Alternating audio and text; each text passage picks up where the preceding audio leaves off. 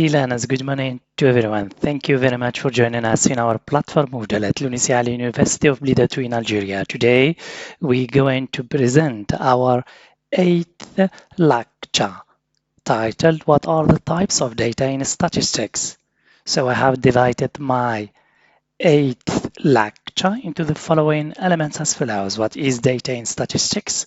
What are the main types of data in statistics? Language activities, including your built-in vocabulary, pronunciation, and grammar. And finally, your assessment, including quizzes, tests, and exams. What is data in statistics?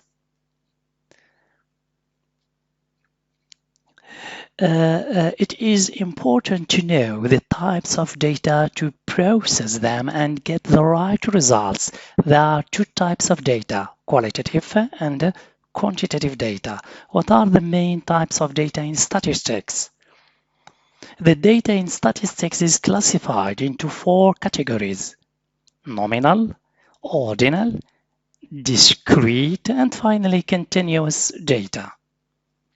Language activities. Independent as an adjective means separate, done or given by somebody who is not involved in a situation and so is able to judge it fairly. For example, Hassan went to a lawyer for some independent advice.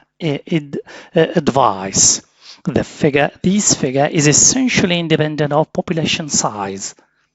Finally, please learners, don't forget to take a look at your different types of assessment, including quizzes, tests, and exams.